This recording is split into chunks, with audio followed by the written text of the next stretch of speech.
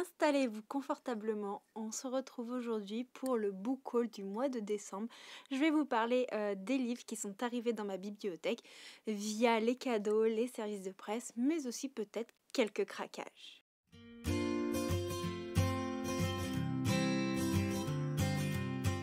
Hello maître et érudit de la citadelle, c'est Johanna. Je suis ravie de vous retrouver aujourd'hui pour une nouvelle vidéo où on va faire le bilan du book haul du mois de décembre. Il y a pas mal de livres arrivés dans ma bibliothèque. Vous verrez qu'en termes de craquage, j'ai été hyper raisonnable parce que je n'ai acheté qu'un seul livre.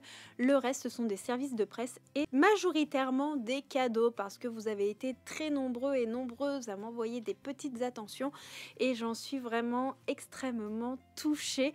Et je voulais vous dire merci à tous, même si je vous ai déjà dit merci individuellement. Enfin, je suis très touchée que vous preniez ces petites attentions du quotidien en allant voir ma wishlist et en décidant de me faire envoyer un petit cadeau, alors que ma wishlist est là simplement pour vous montrer quelques livres que j'ai repérés et qui me font envie, donc ça me touche d'autant plus. Je voulais surtout vous dire merci. Et je voulais également en profiter pour dire merci à tous les nouveaux érudits qui sont arrivés dans la citadelle. Tout simplement parce qu'au mois de décembre, non seulement j'ai été très gâtée au niveau matériel, mais surtout j'ai été énormément gâtée via la chaîne YouTube qui a fait un énorme bond. Même si le mois de décembre m'a demandé un travail considérable en termes de quantité de vidéos, d'investissement personnel et tout ça, vous me l'avez rendu au centuple et on a passé les 4000 abonnés. Et là, ça continue de grandir à vitesse grand V. Donc merci de tout cœur pour votre soutien, pour tout ce que vous m'apportez au quotidien. Et étant donné que vous êtes nombreux à être arrivés sur cette chaîne, je voulais savoir si une FAQ pourrait vous intéresser dans les semaines à venir. Si c'est le cas, n'hésitez pas à me le dire en commentaire, on pourra organiser ça. Sur ce, avant de rentrer dans le vif du sujet, n'hésitez pas à lâcher un petit like pour soutenir la vidéo si celle-ci vous intéresse, à laisser un petit commentaire, que ce soit une pile de livres ou un petit mot, ça fait toujours plaisir, et à vous abonner si ce n'est pas déjà fait. Sur ce, il est temps de rentrer dans le vif du sujet. J'attaque cette vidéo avec un service de presse que j'ai reçu de la part des éditions Hachette. Le cœur est comme la neige de Erin Doom, qui est l'autrice du Fabricant de larmes. Alors personnellement, je n'ai pas lu Le Fabricant de larmes, mais l'histoire me faisait très envie. Déjà, j'aime beaucoup cette couverture qui est parfaite pour la saison hivernale.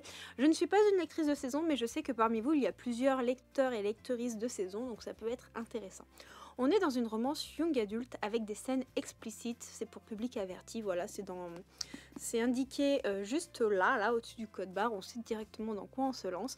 Pour ma part, c'est ma lecture en cours, j'en suis à peu près à 10% de lecture, donc je peux pas vous dire si j'ai vu des scènes explicites et comment elles sont faites, parce que je ne suis pas encore à ce niveau-là. On suit une jeune femme qui est au lycée, elle a perdu son papa, elle vivait au Canada dans un lieu assez retranché, son papa travaillait sur un projet à peu près secret et il y a plusieurs personnes qui sont à la recherche de ce projet. Elle va arriver aux US pour aller vivre avec son parrain.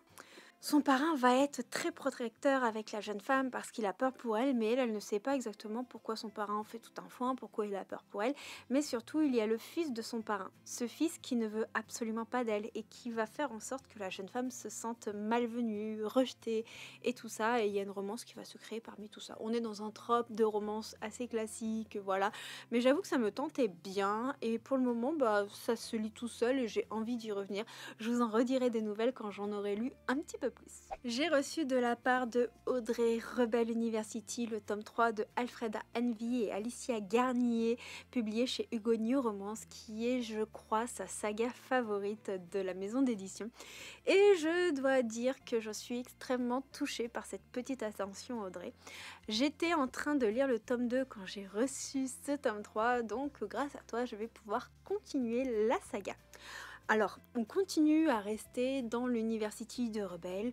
On a nos petits groupes d'amis, nos petits groupes de hockeyeurs. On garde ce petit côté fun family, mais dans ce tome 3, on va suivre Winnie et Cade. Cade, je crois que c'est le gars de Rebelle University qui est très fan de Harry Potter. Rien que pour ça, je l'aime déjà beaucoup et Winnie, c'est un personnage qu'on voit assez régulièrement, mais que je suis très curieuse de connaître, donc bon, ça va être chose faite prochainement je pense. Encore merci à toi Audrey, sachant que ce n'est pas le seul cadeau que tu m'as fait ce mois-ci. De la part de Mélanie, merci à toi, j'ai reçu Spark of the Everflame de Pencall, publié aux éditions Calix. Je trouve ce relief absolument magnifique. J'adore le mélange des couleurs orangées, jaune et vert fluo, je trouve que ça rend super bien. En tout cas, c'est le genre de couleur que j'aime beaucoup, qui reflète un petit peu de chaleur. Et moi qui adore la chaleur et le soleil, c'est juste parfait. Et là, on est dans une romantaisie. Je me souviens plus exactement de quoi elle parle. On nous dit que y a des dieux qui sont gouvernés par des descendants et leur cruelle progéniture, qu'il y a une disparition et qu'il va y avoir une héroïne qui va essayer de découvrir les mystères liés à cette disparition et ainsi de suite. Enfin bref, c'est un résumé un petit peu flou, mais c'est pas plus mal parce que ça me laissera d'autant plus de surprises quand je le lirai. Sans surprise, ma copine de la chaîne La Bibliothèque d'Emilia, n'hésitez pas à aller jeter un œil à sa chaîne si vous ne la connaissez pas, m'a offert l'intégrale 3 des Aventuriers de la mer de Robin Hobb. J'ai terminé de lire tous les tomes, donc je suis contente de l'avoir en papier. Enfin bref, Robin Hobb, c'est nos petits cadeaux que l'on se fait l'une et l'autre à chaque petite occasion. Merci à toi Émilie, je suis vraiment contente d'avoir une amie comme toi dans ma vie. Enfin bref, voilà, merci de tout cœur. J'ai succombé à l'hype de Binding 13 de Chloé Walsh grâce au cadeau de Laurine qui m'a également beaucoup gâtée et j'en suis extrêmement touchée. Ici, je vous en ai déjà parlé en update lecture, donc n'hésitez pas à le voir, c'est celui de la semaine dernière, donc la dernière vidéo hors short publiée sur la chaîne. Et ce livre m'a été une telle claque, a été énormément d'émotions. On suit Johnny et Shannon. Ils sont dans une espèce de lycée-université. C'est un rythme scolaire très différent de ce dont on a l'habitude de lire et de voir, puisque c'est vraiment calqué sur le mode scolaire irlandais. Qui sont tous les deux scolarisés là-bas. Il y a quand même un écart d'âge entre les deux. Johnny est un joueur de rugby hyper renommé. Shannon a changé d'école parce qu'elle a vécu des choses très compliquées, notamment du harcèlement scolaire, mais elle a également, on va dire, une atmosphère familiale très compliquée. C'est une lecture avec beaucoup de trigger warning et on va avoir ces deux personnages qui vont d'abord tisser un très fort lien d'amitié, même si on sent qu'il y a plus que ça. On est dans un véritable slow burn avec des personnages très développés d'un point de vue personnel, relationnel, mais également familial. C'est vraiment un livre qui vous retourne le cerveau, contient beaucoup de trigger warning, mais en même temps qui fait réfléchir, qui ne laisse pas insensible. J'ai passé un excellent moment et voilà, bref, c'était génial. J'ai hâte que le mois d'avril arrive parce que j'ai vu sur Amazon que Keeping 13 arrive très prochainement en avril. Audrey a encore fait des siennes parce qu'après avoir lu Bonded by Turns de la saga Beast of the Briar d'Elizabeth Helen, elle s'est dit que c'était une bonne idée de me l'offrir. Et effectivement, c'était une très bonne idée parce que j'ai adoré ce harem inversé basé sur le conte de La Belle et la Bête avec un champ relationnel qui est hyper sympa parce qu'il n'y a pas que des relations homme-femme, mais il y a des relations MM qui se profilent. L'atmosphère du conte de La Belle et la Bête est hyper bien développée. Personnellement, j'ai adoré. Je l'ai vraiment dévoré pour le coup et j'ai qu'une hâte, c'est de lire le tome 2 qui, je crois, sort également en avril. Merci à toi Audrey, tu m'as pourri gâté pour ce mois de décembre et tu m'as aussi pourri gâté pour le mois de janvier, mais ça vous le verrez dans un prochain book haul. Le seul achat que j'ai fait pour ce mois de décembre, il s'agit de Wild Sky de Zaya Fell et je dois dire que j'ai été influencée par Kimi Collection pour le coup. J'étais sur un de ses lives TikTok et elle a montré la beauté de ses livres. Et comment vous dire que moi, en tant que superficielle des couvertures, chose que j'essaie de ne plus faire, j'ai totalement craqué. Et là, déjà, on voit des super beaux dragons. Je ne sais pas si vous voyez, mais ils sont absolument magnifiques. Autant sur la couverture que le jaspage. En termes d'illustration et de jaspage, je pense que c'est un des plus beaux livres de ma bibliothèque. Regardez-moi les Zone Papers. Franchement, c'est incroyable. Je suis sidérée par la beauté. J'ai lu du MM mais pas en romantaisie, donc je suis très curieuse de découvrir une romantaisie MM. Et puis voilà, je n'ai aucune excuse, j'ai juste craqué par rapport à ça. Et donc, il y a une lecture commune qui commencera de mémoire la semaine du 3 février sur le Discord. Donc, si vous voulez y participer, n'hésitez pas. Un petit rythme de 50 pages par jour, sans pression.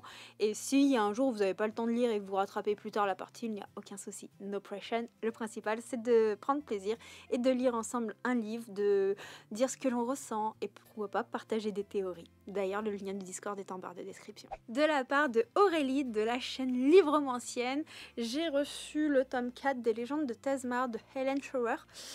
Pour le coup, merci à toi Aurélie, c'est pareil, t'es une amie qui m'est tellement précieuse.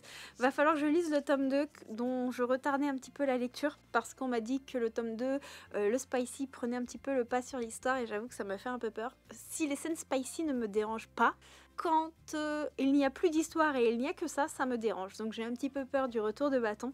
Toutefois, je finirai la saga parce que j'ai une super amie qui m'a offert le tome 4. Dernier cadeau, il s'agit d'un cadeau de Mélanie parce qu'en plus d'un relié collector, elle m'a offert un livre poche d'une de mes sagas chouchoutes.